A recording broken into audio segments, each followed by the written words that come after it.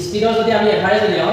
তেতিয়াহ'লে আমাৰ ফৰ্মুলা কি হয় টোটেল ডিসটেন্স ডিভাইডেড বাই টোটেল টাইম এনেকৈ আমি এভাৰেজ স্পিডটো উলিয়াব পাৰোঁ কিন্তু কুৱেশ্যনটোত আমাক কি দিছে a car cover a certain distance travelling at a speed of 60 kilometre per hour মানে এখন কাৰে তোমালোকৰ এটা ডিসটেন্স কভাৰ কৰে সেই ডিসটেন্সটো কিমান স্পীডত কভাৰ কৰে 60 কিলোমিটাৰ/আৱাৰত কভাৰ কৰে তাৰপিছত at return to the starting point at the speed of 40 কিলোমিটাৰ/আৱাৰ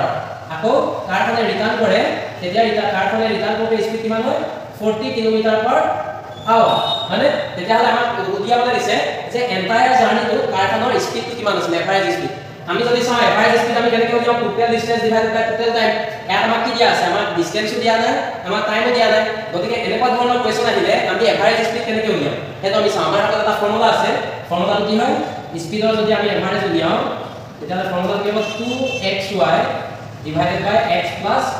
y 2xy divided by x plus y ইয়াত যদি আমি x ৰ ভ্যালুটো 2 লওঁ আৰু y ৰ ভ্যালুটো যদি আমি 4 লওঁ তেতিয়াহ'লে কি হয় চাওঁ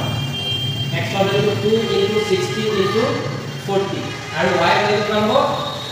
60 plus 40 60 plus 40 কৰিলে কিমান 100 0 0 কেনসেল আউট 0 0 কেনসেল আউট তেতিয়াহ'লে কি হ'ব 6 into 4 24 24 into 2 48 কিলোমিটাৰ/আৱাৰ আৰু এই 48 কিলোমিটাৰ/আৱাৰ আমাৰ অপচন নম্বৰ কিমান আছে অপচন নম্বৰ বি আছে গতিকে আমাৰ বি অপচনটো কাৰেক্ট আনসাৰ